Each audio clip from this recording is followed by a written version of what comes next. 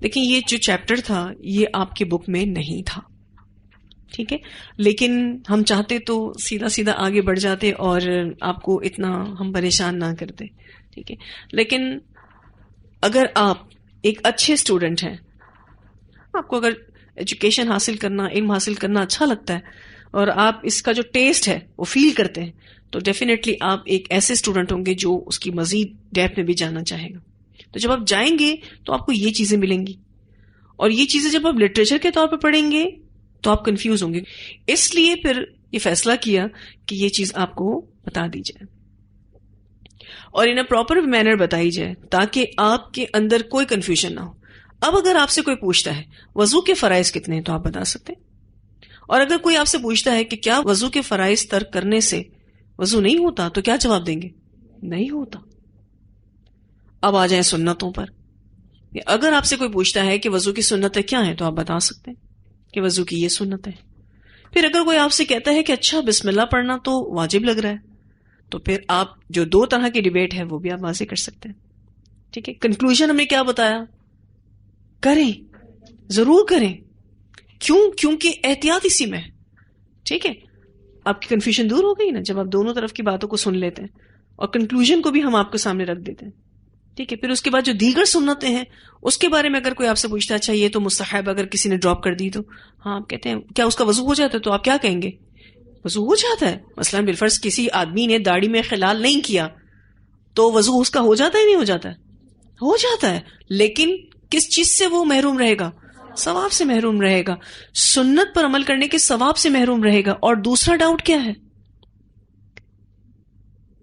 May be اللہ اس کو accept نہ کرے، کیونکہ اللہ کے نزدیک جو ایکسیپٹیبل عمل ہے وہ کون سا ہے؟ جو اکارڈنگ ٹو سننا ہو. لیکن ہو سکتا ہے کہ داڑھی میں خلال کو ڈراپ کرنا کسی عذر کی بیسس پر ہو، ٹھیک ہے، یا وہ شخص بھول گیا ہو. ٹھیک ہے، ہاتھ اور انگلیوں کا جو خلال کرنا ہے ہو سکتا ہے کہ کوئی کرنا بھول گیا ہو. ٹھیک ہے، تو اللہ سبحانہ تعالیٰ کل قیامت کے دن جو عمل کے اعتبار سے ہم سب کو چیک کریں گے نا، تو وہ چیکنگ بھی پھر بہت ہی کین آبزرویشن کے ساتھ ہوگی. نیتوں کے اعتبار سے بھی اس کو چیک کیا جائے گا، بھول چوک کے اعتبار سے بھی اس کو چیک کیا جائے گا، یہ بھی دیکھا جائے گا کہ یہ عمل جان بوجھ کے چھوڑا گیا ہے کیا. ہر اعتبار سے چیک کیا جائے گا اس کو. پھر اس کے بعد اس کا ثواب دیا جائے گا اور اس کی بھی پرسنٹیجز ہوں گی کہ اس کو 100% مارکس ملیں، اس کو 90% ملیں، اس کو 80% ملیں، اس کو 50% ملیں، اور اس کو جسٹ 10% ملیں، اور اس کو بالکل نہیں ملے. بالفرض آپ نے پورا وضو کامل کیا ہے لیکن کسی کو دکھانے کے لیے ریاکاری بیسڈ ہے. اب آپ نے تو پورا وضو کیا ہے، نمبر ملیں گے اس کے؟ نہیں ملیں گے. اس ٹاپک کو پڑھانے کا جو مقصد تھا وہ یہ تھا کہ آپ کو یہ پتا ہونا چاہیے کہ وضو کے فرائض کون سے ہیں اور سنتیں کون سی. ٹھیک ہے، اس اعتبار سے اگر آپ سے کوئی سوال کرے یا آپ کے خود کے اندر کوئی سوال جنریٹ ہو تو کلیریفیکیشن ہو جائے. اور میں اس طرح سے نماز نبی کے ٹیسٹ میں آپ سے پوچھوں گی کہ اگر کوئی شخص وضو کے دوران ہاتھوں کی اور پیروں کی انگلیوں کے خلال کو مس کر گیا تو کیا اس کا وضو ہو جائے گا؟ ہو جائے گا. ٹھیک ہے، ایسی صورت میں وہ کس چیز سے محروم رہے گا؟ ثواب سے محروم رہے گا. پتا چل گیا نا آپ کو؟ ٹھیک ہے. لیکن اگر میں آپ سے ایک پوچھوں کہ وضو کے دوران اگر کوئی شخص ہاتھ دھونا بھول گیا تو کیا اس کا وضو ہو جائے گا؟ نہیں ہوگا. کیا اس کو وضو دہرانا پڑے گا؟ جی دہرانا پڑے گا، کیونکہ یہ وضو کے فرائض میں سے ہے. اس میں سے کوئی ایک چیز بھی مس ہوئی وضو کینسل. اگر کوئی شخص سر کا مسح وضو کے دوران ڈراپ کر دیتا ہے تو کیا اس کا وضو ہو جائے گا؟ نہیں ہوگا. وضو اس کا نہیں ہوگا. کیوں؟ کیونکہ اللہ تعالیٰ نے سورہ مائدہ کی آیت نمبر 6 میں کیا فرمایا؟ وَامْسَحُوا بِرُؤُوسِكُمْ. بہت کمپلسری عمل ہے، فرض ہے. ٹھیک ہے جی. اب آپ پر کیا لازم ہے کہ جب لیکچر آئے گا تو اس کی ری لسننگ کمپلسری ہے اور اس کے نوٹس کو فلفل کرنا کمپلسری ہے انشاءاللہ. جی بیٹا. کلی کرنا بھول جائیں وضو تو ہو جاتا ہے بیٹا، لیکن پھر وہی والی بات ہے کہ بھول چوک معاف ہے. اب یہ دیکھنا ہے کہ یہ بھولنا کس اعتبار سے تھا. ویسے تو آپ دیکھیے کہ یہ اتنا پریکٹس میں آیا ہوا عمل ہے کلی کرنا کہ کوئی بھولتا نہیں ہے، لیکن علماء کی اس پر بھی ڈیبیٹ. علماء کہتے ہیں کچھ تو کہتے ہیں نہیں کرو دوبارہ. اور جہاں بیٹا کانٹرڈکشن آ جائے نا علماء کے درمیان، کر لینا بہتر ہے. یہ یاد رکھیے گا اصول، جہاں جس عمل میں علماء کا کانٹرڈکشن آ جائے، یعنی کچھ علماء تو کہتے ہوں کہ یہ عمل واجب ہے اور کچھ علماء تو یہ کہتے ہوں کہ یہ عمل مستحب ہے، سنت ہے، وہاں آپ کو وہ عمل کر لینا بہتر ہے. احتیاط کا تقاضا یہی ہے.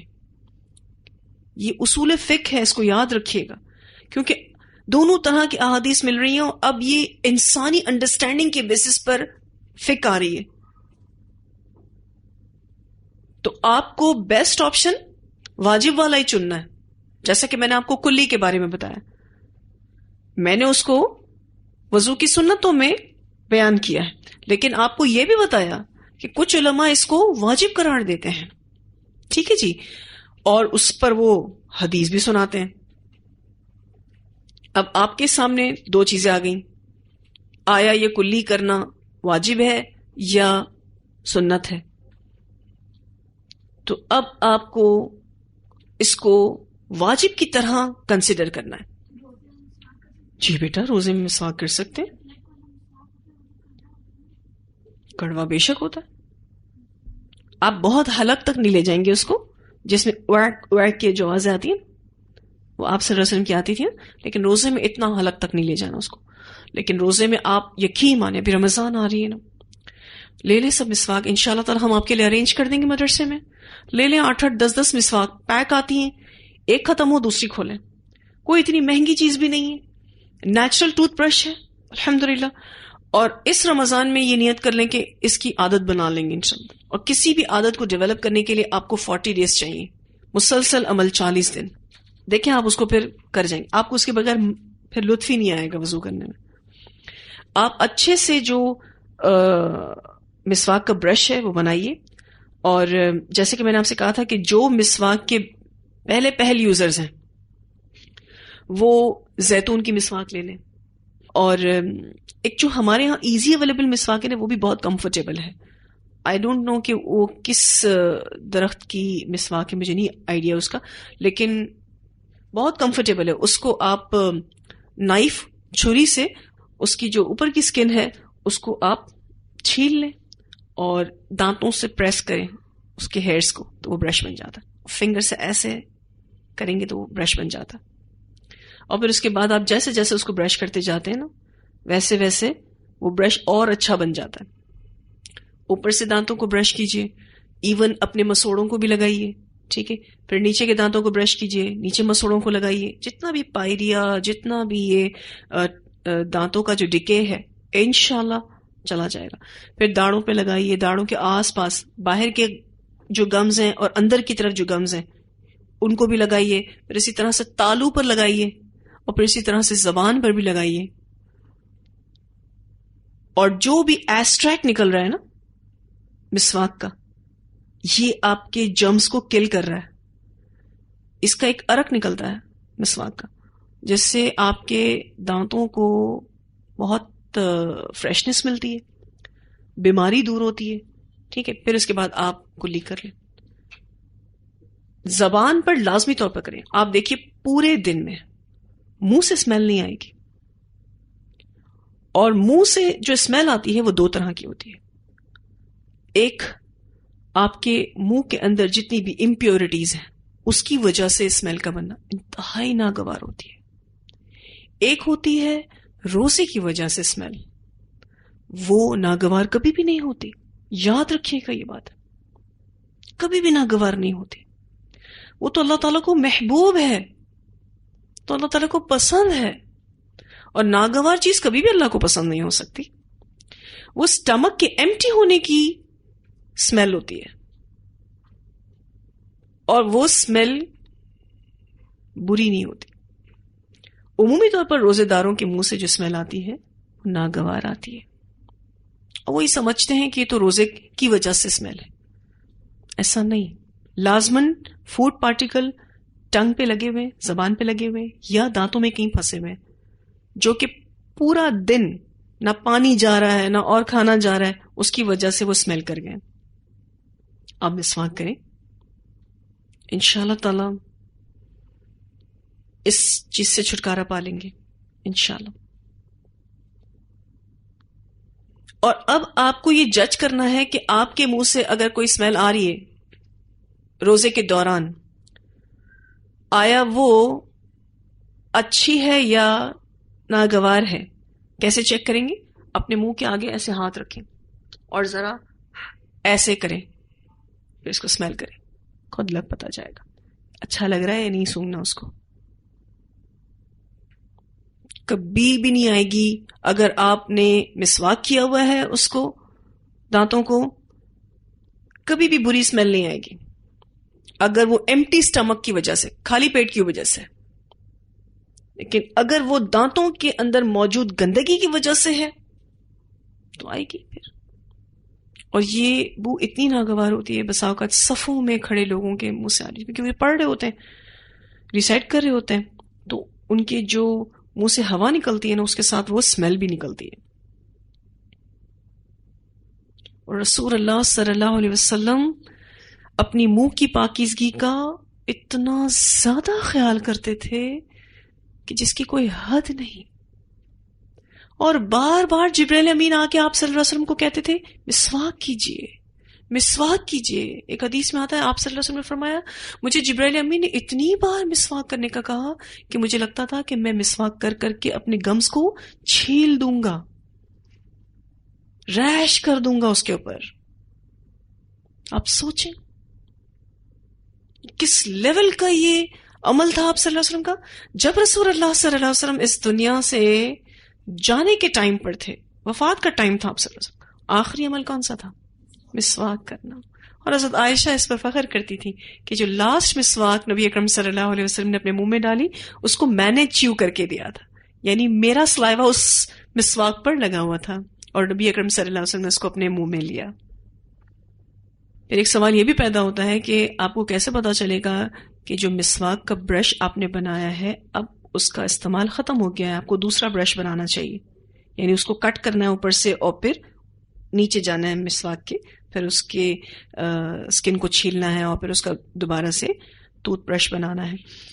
وہ تب ہوتا ہے کہ جب آپ مسواک کر رہے ہیں اور آپ کو اس مسواک میں کسی قسم کا بھی اب ایسٹریک فیل نہیں ہو رہا، ارق فیل نہیں ہو رہا. اٹ مینس اب اس مسواک کے برش میں کوئی بھی چیز باقی نہیں رہی، نیا برش بنانے کی ضرورت ہے. ایک تو وہ ڈرائی بھی ہو جاتا ہے برش، اور دوسرا اس کے اندر موجود ایسٹریک جو ہے وہ ختم ہو جاتا ہے. آپ اس کے اوپر کے ٹاپ ایریا کو کسی کینچی سے یا چھری سے کٹ کریں، پھر اس کے بعد کا حصہ کریں. وہ مسواک یوز ہوتے ہوتے چھوٹی ہو جاتی ہے اور پھر اس کے بعد آپ جب وہ ختم ہو جائے تو دوسری مسواک آپ کو لینی ہے. کریں گے انشاءاللہ ہم سب اس کو کریں گے انشاءاللہ تعالی. ایزیلی اویلیبل ہے اور انشاءاللہ تعالی ہم اس کو اپنے اداروں میں بھی ارینج کریں گے تاکہ جو بھی ہمارے اسٹوڈنٹس ہیں وہ اپنے لیے اور اپنے گھر والوں کے لیے اس کو خرید سکیں انشاءاللہ تعالی. ٹھیک ہے جی، کلاس کافی لمبی ہو گئی اور بس اب کچھ پوچھنا تو نہیں ہے کسی کو؟ ٹھیک ہے جی انشاءاللہ. چلے جی، وآخر دعوانا ان الحمد للہ رب العالمین. سبحانک اللہم وبحمدک نشہد ان لا الہ الا انت نستغفرک ونتوب الیک.